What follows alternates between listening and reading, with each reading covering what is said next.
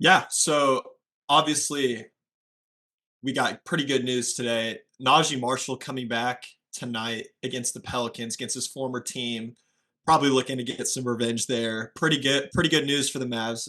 He's going to be on a 15 minutes restriction tonight, so not going to get the full Naji Marshall load that he usually gets. Usually hovering around 30 minutes a game, so it's going to be about cut that in half, and then Mavs fans have been worried about that guy. He's basically been dead. He's missed 9 games due to sickness, and it's not just like 9 games straight. It's been like 3 games at a time, a week at a time, 2 weeks at a time, a week and a half at a time. So hopefully that guy's drinking his emergency or wearing a mask or doing what he needs to do because we need him on the court defensively specifically, but also just his playmaking with Luka being out. So pretty Yeah, excited to see what he's got tonight. yeah. As a Thunder fan, I just want to point out, he's been tweeting more than playing recently, so it's been interesting Yeah. there. So Yeah, I I think know. today, he got a painting, or yesterday he got a painting of somebody drew a painting of him just socking Josef Nurkic in the face. That's so good. So he did like a jersey swap picture with it, and so I mean I love that man. He's got attitude. He's a stud. He's a baller. He plays defense, and Mavs fans are so happy to have him back. So pretty excited about that. But what I wanted to talk a little bit about, my prediction from the Wizards game the other day on Monday. I kind of talked about it last pod. I was expecting a big Clay game, and boy, did we get a big Clay game. He tied a Mavs record for threes in a quarter with 7 threes in the first quarter against the Wizards. Yeah, I was getting shades and PTSD of 2016 Game Six Clay in that first quarter. I mean, unreal shot making. I haven't seen him have that much confidence at any point in the season so far. Yep, And it was a total shift from the other night when they played Boston, right? Where yep. he just didn't look like he wanted to shoot for whatever reason, wasn't getting the looks he wanted. Um, against, you know, that night against the Wizards, he was just, I mean, the top of the key, fadeaways in the corner. Everywhere. I mean, it was everything. Um, Definitely what Dallas has been looking for him when they signed him, right? Yeah, yeah, and the main thing for him has been there's been kind of there's games where like you can obviously tell like there was a scheme drawn up for him. Someone talked about it in the huddle or someone talked about it in practice, like, hey, we need to get Clay going. Because you could tell we went straight to him, 3, 4, 5 plays specifically drawn up for Clay threes, which works a lot better when you're playing a team like the Wizards. Obviously, other teams are going to guard that probably a little bit better. Some basic defensive switching was not happening that led to a couple of those Clay threes, but they're definitely you see this with this Luka-less Mavs team, a struggle to find Clay Thompson the ball, and you know it's going to come more naturally him getting more shots when Luka has all that attention and gravity towards him, obviously. But Yeah. it really is nice to see us emphasize like we need to get this guy shots. This is one of the greatest shooters ever. So it was pretty fun to watch him get some confidence going into this 6 game road trip or 5 game road trip, uh, which will be really nice for the team. Another note that I wanted to make: another Omax Prosper career night, tied his career high in points, 20 points. I mean, he was everywhere, and it's hard not to get excited as Mavs fans because we haven't seen our team blow out someone quite like we did yesterday in a while. But I mean, the Wizards are one of the worst teams I've ever seen, ever, and that's Yeah. not Um, overhyping it this year. They're genuinely awful. no, they have no interest in winning whatsoever. I mean, Mm, from and you could tell it's internal. With For those that didn't see Kyle Kuzma's comments after he scored 30 something points, basically just saying I wasn't worried about all these guys developing. I was just going to get my shots, right? You yeah. know, they they have all sorts of team turmoil. Obviously, they're playing all young players with looks like they have a team with no direction or leadership whatsoever. Um, I mean, I was impressed with the Mavs defense still though. Even with all the turmoil with the Wizards, they do have a decently talented offense, and Dallas did a good job for the most part. And that's really Yeah. been a staple, I think, of these Jason Kidd Dallas teams is that yes, they can really get it going with the offense. Obviously, with the head of the snake being Kyrie and Luca, no Luca tonight, obviously, but you know I love the way he's sort of got these defensive principles nailed in these guys' heads. Yeah, yeah, and that was a big. I think that was a big aspect of why we just blew them out by so much. We were obviously able to get some stops. Our offense has not been the problem as of late with this team, which is weird. It's our turnovers that lead to easy offense for the other team. That's kind of been the problem with this Luka-less Mavs team. Uh, so what another thing that I wanted to highlight from that Wizards game, probably the last thing, because you can't take too many things away, is the minutes without Daniel Gafford. We are all kind of wondering as Math fans, where was this going? Were we going to see Kyler Kelly step in immediately to those minutes? And no, we got the PJ Washington, Omax Prosper 4 and 5 small ball minutes. And that was some of the most productive minutes on the floor for us as a team. Obviously, we know PJ's a dog. He's going to stick his head in there. He's not afraid to guard in the post. He's not afraid to, hit the glass. He's not afraid to block shots. So we weren't really worried about him at the 5, but we were worrying about that gap at the 4 whenever he slides to the 5. Omax filled that pretty darn well the other day. So it'll be a lot more interesting to see tonight against the Pelicans if that small ball lineup works whenever PJ's sliding to the 5 and guarding Misi, and then Omax is now sliding over to Zion because Zion is playing tonight. So that will be something to keep your eye on for tonight with the Mavs. We did see Kyler Kelly step in and play some garbage minutes for us. 7 minutes, not too much to take away from that. He looked like he was exhausted from the last 24 hours, which he probably was. I mean, he had one practice with us.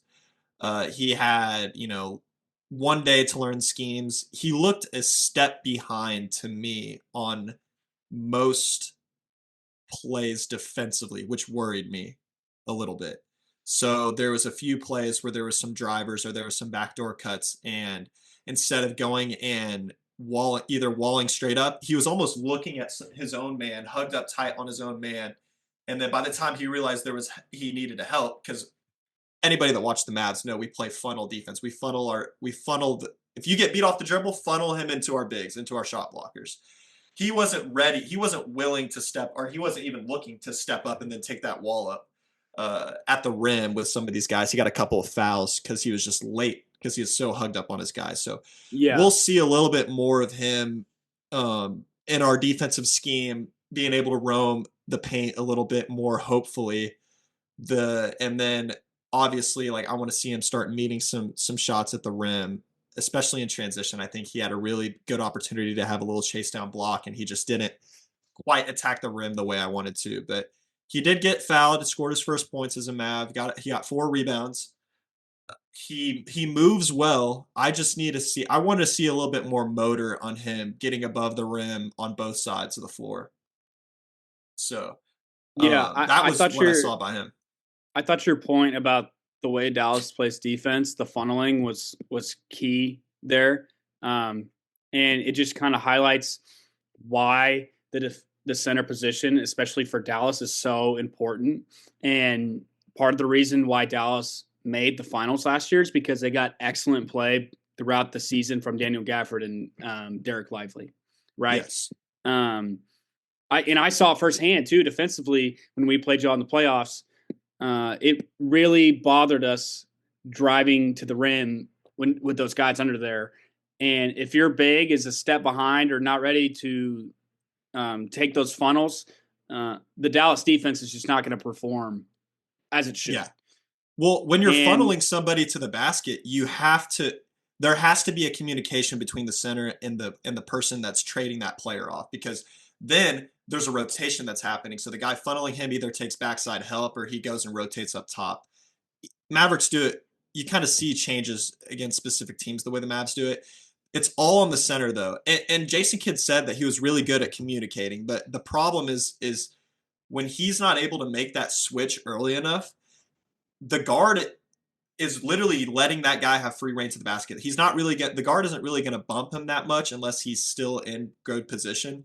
So that center has to be ready to sit there and wall up and contest the shot to the guard or block the shot for the guard, pretty instantly. So they can't be hugged up on your guy. It's not I feel like he plays a lot of shooters in the G League, so he feels like he needs to hug up on his center matchup, but he was pretty hugged up on his guy, not willing to help, and he wasn't in the specific spots to help correctly. So that's something that I'll see like a little bit better, hopefully, whenever he's working with Tyson Chandler and working with Lively and Gafford on where to specifically be during certain drives on certain parts of the floor. Yeah, and that'll be put to the test in these upcoming games, right? Against the Pelicans and the Pistons, Zion Williamson, obviously one of the premier guys getting to the basket in the NBA.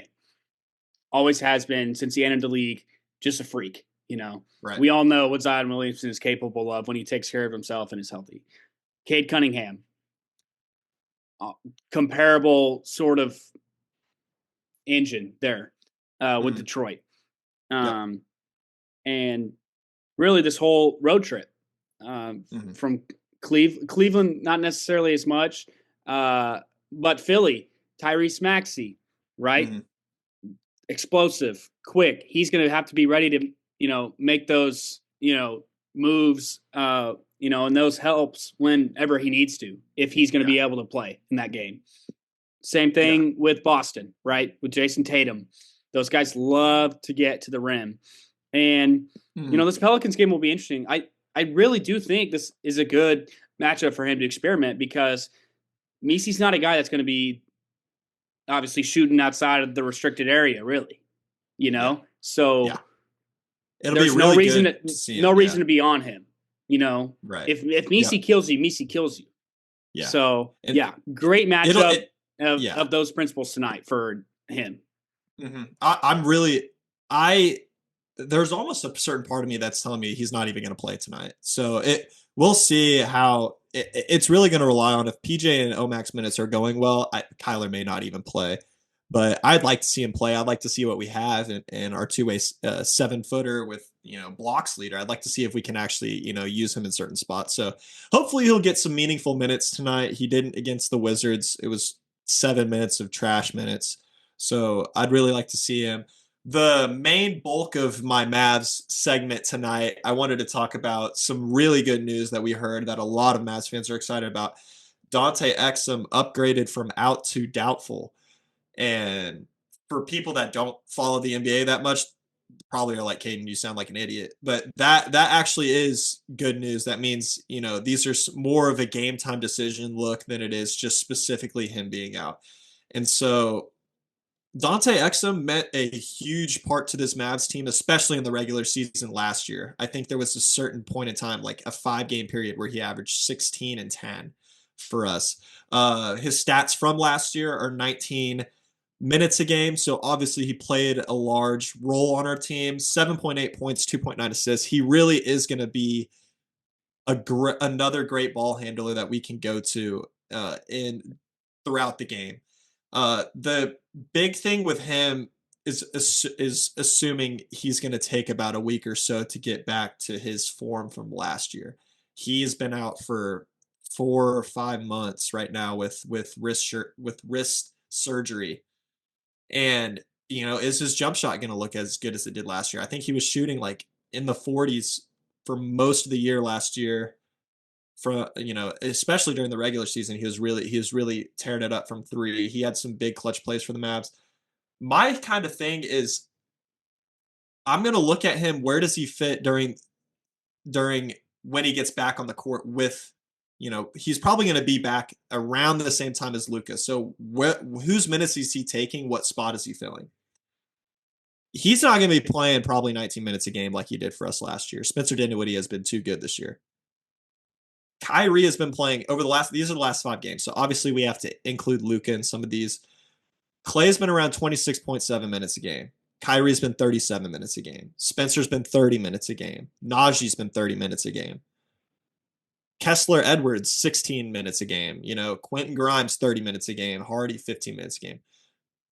The main spot I see him taking minutes for us will probably, obviously all those Kessler Edwards minutes are gone. Oof. He's not going to get any playing time with Exum and a Luka back on this team. I don't Right. care how good he is defensively. He's probably going to take some Spencer minutes. And I'm not saying he's going to take 10 Spencer minutes. He'll probably take 5 Spencer minutes. He'll probably take a little bit of Quentin Grimes minutes. But Exum is okay. Exum was a good defender for us last year during the regular season. I feel like in the playoffs we saw him get like crossed to the floor multiple times, during the playoffs. Don't let that skew your vision. He's very good at our defensive game plan, which is he's really good off the closeout defensively. He's pretty good on ball. He's all right getting around screens. Overall, he's a solid defender, or a good defender for our game plan that we use. It's gonna be nice to be able to put him because he's a taller guard. He's gonna be able to guard some taller guards or some forwards every once in a while. He could share some minutes with Naji at the 3 sometimes, and guard some threes, maybe play some threes sometimes. I think that the Mavs are really going to try to experiment with him around the perimeter. Obviously, we want him taking more of a secondary on ball role, but he doesn't really need to play on ball. He's much better off ball. Personally, what I think, he was much better a spot up shooter than he was on ball. He's going to be really good to use in certain situations whenever, obviously, like Quentin Grimes is in foul trouble. Naji Marshall's in foul trouble. Naji Marshall isn't hitting shots. Quentin Grimes isn't hitting shots on a specific night. Clay isn't hitting shots on a specific night. He's going to be able to step in and hit shots and play good defense to the team. So great. Never a problem with this Mavs team getting someone back like that. Obviously, he's kind of the Swiss Army knife of the team, and we can plug him into a lot of different spots. So Right. pretty I excited think, to see him coming back. and we've touched on it before. This upcoming stretch for Dallas in the regular season is huge. They need as many wins as they can get. More depth and added role players that you can trust are crucial in the NBA. That you can never get enough of those guys. And like Yeah. you said, with Dante Exum being as versatile as he is, able to do a little bit of everything role wise for Dallas, he's going to be great to have back. Yeah, huge on this injury depleted team. And obviously, he's going to be one of those guys we aren't going to probably see upgraded to available or probable until after this road trip. I do know there is a chance he can come back this road trip because he is on the plane.